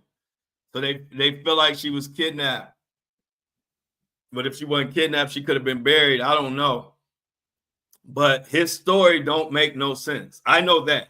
I know his story don't make sense.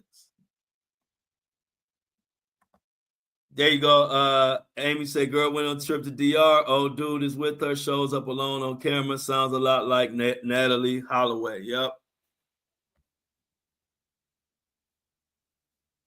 So it's definitely a weird story that we need to pay attention to. On this St. Patrick's Day, thank you for everybody joining me today on this St. Patrick's Day. Y'all know I don't mind working on my off days. Y'all show me so much love. Please keep subscribing. This Thursday or Friday, we're going to hit 100,000 downloads, and we celebrate. We we definitely celebrating Thursday or Friday of our accomplishment of reaching 100,000 downloads to place ourselves in the top % of all podcasters podcasting. So we will be partying Friday or Thursday. If y'all share this and give me a lot of downloads, we might be partying Thursday. But if not Thursday, we for sure partying.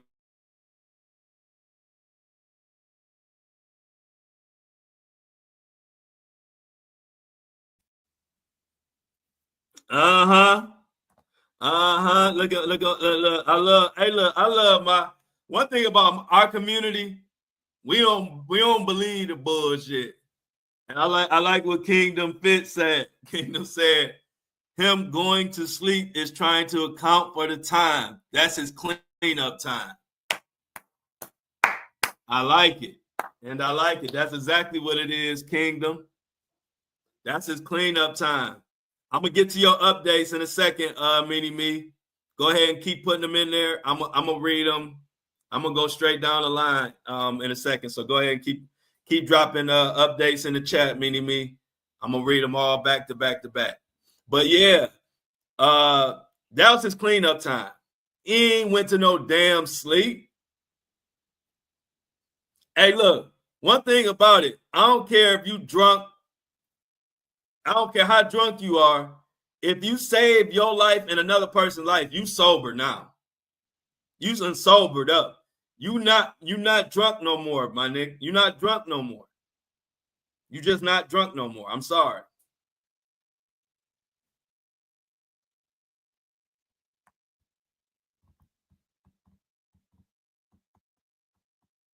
Let's check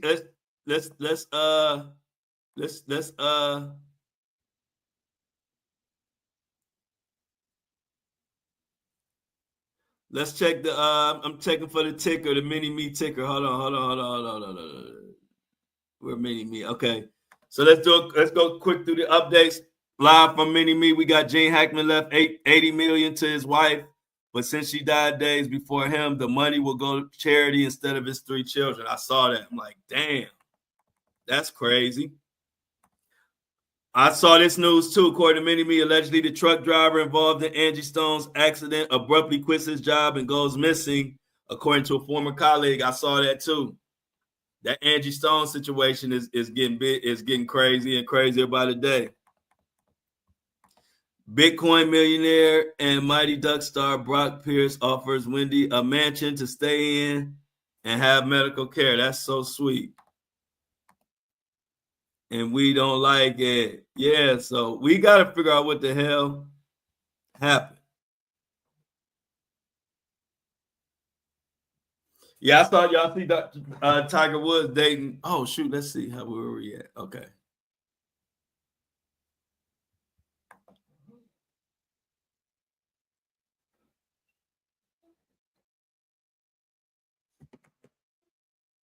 You got to find out what happened to her, though, y'all. Another thing that don't add up. Let me look at my notes because I had notes of this shit.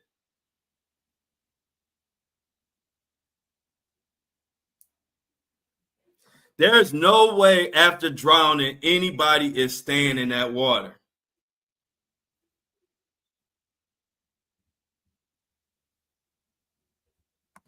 Look at Amy say, how about Tyler Perry gonna pay for Angie's services and scold the music industry for shady pay practices, but he had shady pay practices for movies. Y'all are funny.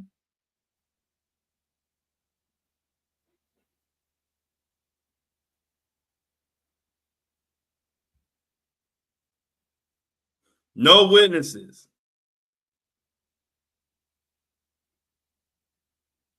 Somebody else asked the same question. Now they're asking me. They said, if she was saved from a rip current, why wouldn't she just exit the water instead of walking in knee-deep water? I'm telling you, that's the smoking gun of the whole story. He had drunken sex and didn't realize that she couldn't breathe and she drowned. That's what if I had to put my money on it, that's what I think happened. and he tried to bring her to shore. And once he realized she was gone and she wasn't talking to him, he said, "Are you okay?"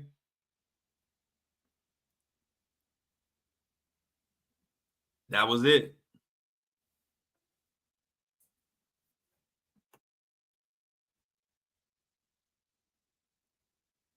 Wow. I definitely gonna dive back into Luigi, y'all. Don't worry. Mini-Me say police who arrested Luigi. Luigi gave him a snack to get his DNA.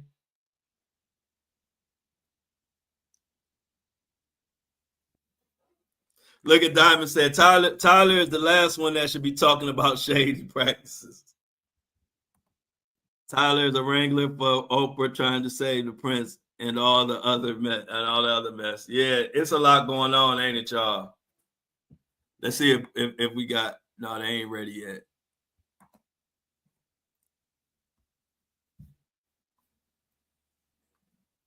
Yeah, man. I'm definitely keeping up with this case. Sudiksha Konanki. We got Sudiksha. We got Diddy, Jay-Z and Tony Busby. We got Luigi. And I might have to start digging into Angie Stone case a little more. There's a lot going on with it. I just try to focus on what we focused on. But that Angie Stone situation is definitely looking like shady.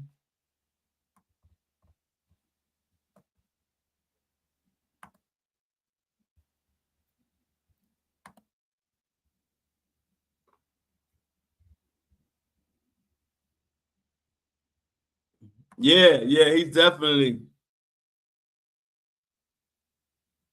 Exactly, bro. That's what I'm saying.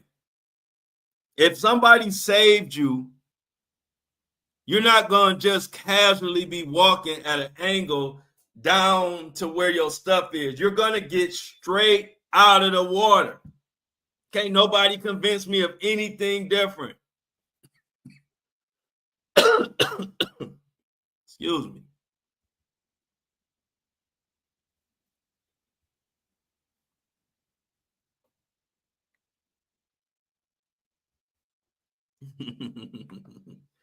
Yeah, y'all funny.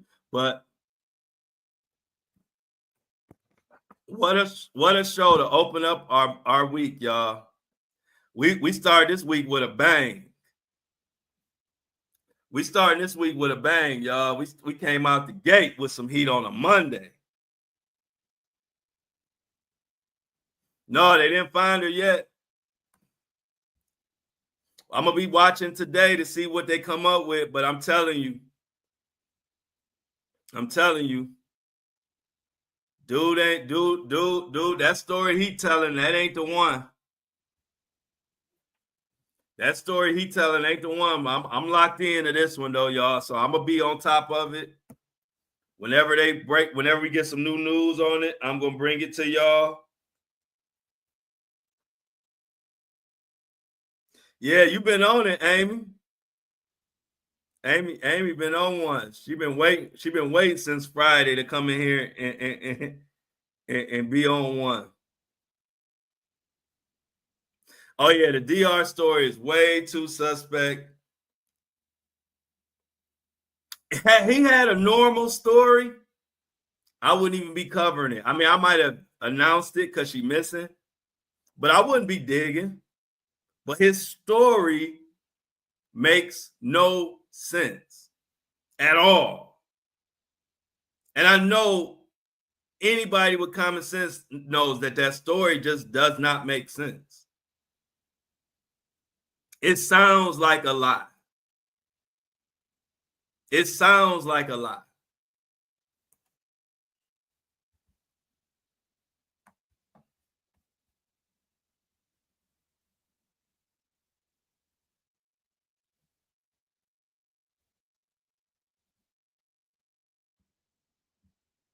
Yeah, Kobe, this crazy.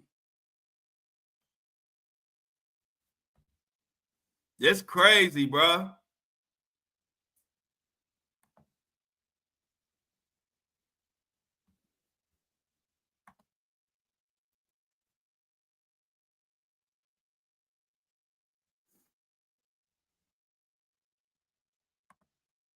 All right, everybody say bye to Mini Me. She got it. She got to get out of here. Got to get them taxes done. Do your thing, Mini Me.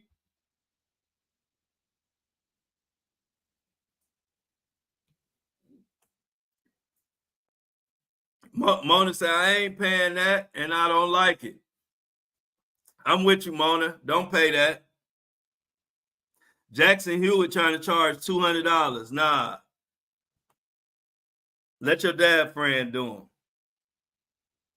Happy St. Patty's Day to everybody. Hang on, y'all, till give me 5 minutes or 4 minutes. We waiting on the Apple and Spotify episode to upload. Then we good. So I'm gonna stay on here with y'all until this Apple and Spotify upload. It's taking a little bit longer because today's episode. Today I went about an hour and a half on the podcast. But I don't be trimming about time for real. I just try to keep a schedule, but today it needed to be longer. I couldn't help it.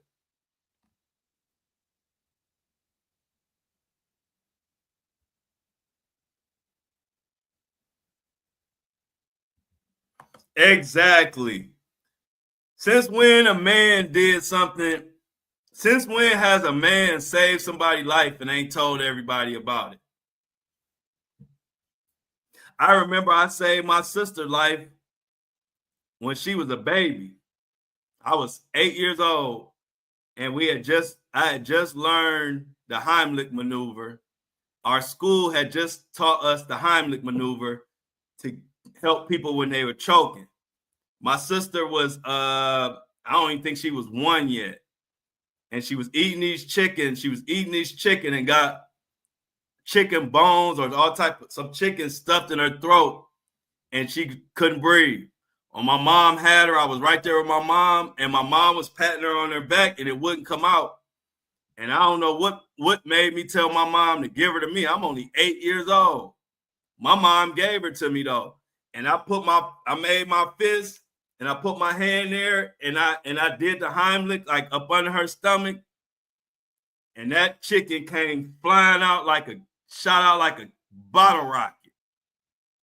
Saved her life. I was 8 years old. I don't even know what the hell made me think.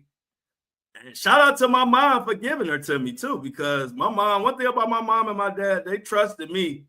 Even as an 8-year-old, they trust what I said. And I told my mom, give her to me, Mom. I know how to do the Heimlich maneuver. And I lived like my sister she would be dead today if we didn't get that out of her throat. And I told everybody that story. Every chance anybody would listen, I told that story. So ain't no man about to save no life and don't tell the story. Yeah, that's a true story, G Money. Like I was 8 years old. I had just learned the Heimlich maneuver in school. I went to a good school, Shaker. Shaker was one of the best school systems in the world. And so they just had taught us the Heimlich maneuver. And my mom was in the kitchen with my young sisters. My sister was not even 1 year old, I don't think. She was a baby. And my mom said, Book, my nickname Book. She said, Book, your sister can't breathe. And she was pounding her on her back. And on my sister, I remember that day, she was just like, she couldn't make no noise. I said, Mom, give her to me. I know how to do the Heimlich. My mom gave her to me. And I remember it like it's yesterday. I made a fist. I put my other hand over the fist. And then I put my fist right up under her belly button. And I pulled in tight. And like the second pull, that chicken came flying out. Like, boom. And then she was fine. Saved my sister's life at 8 years old. I don't even know what the hell made me even. That's why I've always been I've been the most confident person ever in life, because I don't know what made me think that I could save my sister's life at 8 years old by doing the Heimlich maneuver that I had just learned in school. But the shit worked. And shout out to my mom for trusting me. Because my mom was doing the old school, just hit on the back. Back in the day, you just hit on the back. That chicken wasn't coming out. My sister couldn't breathe. I was like, saved her life. Yeah. Because it didn't take me till I got older till I realized, wow, my mom had to have a lot of confidence in me to give the baby to me. Because shit, we ain't had no time to play when you're not breathing. I don't know how much time you have, but it ain't that long. But my mom trusted me and gave me to her, and two pumps, and that chicken came flying out. Shout out to my sister.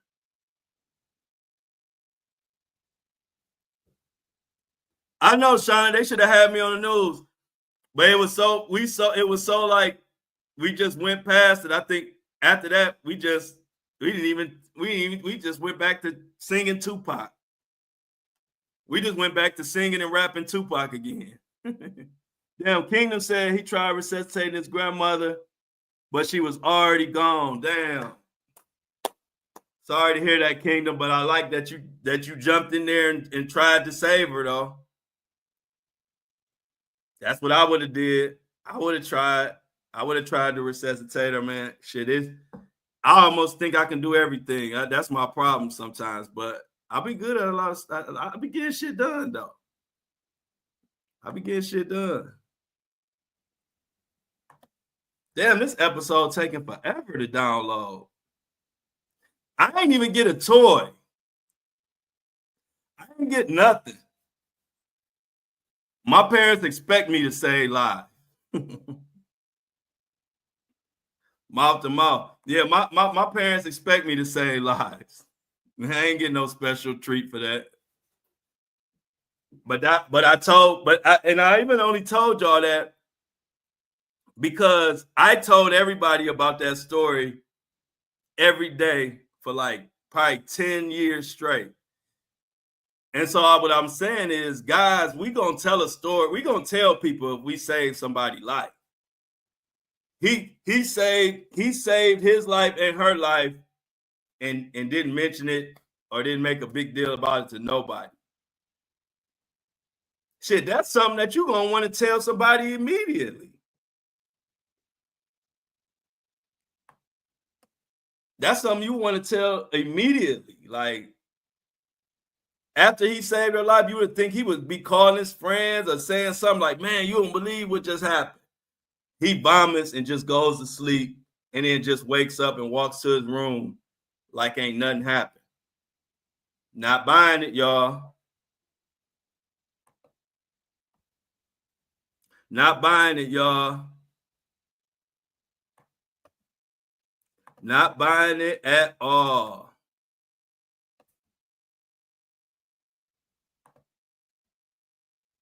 All right, y'all. I'm loading it up right now. Hold on 1 second. I'm loading up Apple and Spotify as we speak.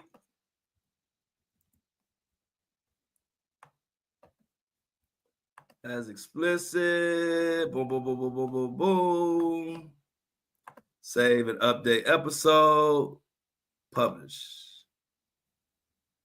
All right, y'all. Apple and Spotify are ready to go. They up and ready. I appreciate that and love y'all. Let's get the I'm out. Yeah, the story is especially sus. Yeah, I'm getting that toy. I'm getting that toy now. Now my mom. I can't wait. He still be bragging. That's what I'm saying, Shauna. So shout out to mom. And my mom, if you watching, remember, tell everybody that story about when I gave Heidi the Heimlich maneuver that I had just learned in school and saved her life. Tell everybody that story, mama. But let's get to I'm out, y'all. I appreciate y'all. We I'm gonna keep looking into the Sudiksha. I'm gonna get to the bottom of what the hell going on with Diddy. What else we got going on? I might look into Angie a little bit. I don't know if I'm gonna have time, but I've definitely got you on the Diddy news and the update on Miss Konanki. Shout out to the parents. We're gonna try to do whatever we can. No, that's my kid. No, hold on. No. Let me back that up. No, that was my mom. No. My mom, that was my sister. And I did name my sister. I named my sister Heidi. I'm out. But yeah, that was my sister. Right? I named my sister and I named my brother. I was a grown ass little kid. I'm out. Peace and love, y'all. Much love to y'all. You know I love y'all. Everybody hold me down. Amy, Lauren, me, Jennifer, Shauna, C Tuck, we them boys, Kobe One, Shinobi, Sybil, G Money, Kingdom, King Fit. If I missed you, you know it ain't on purpose. I'm out.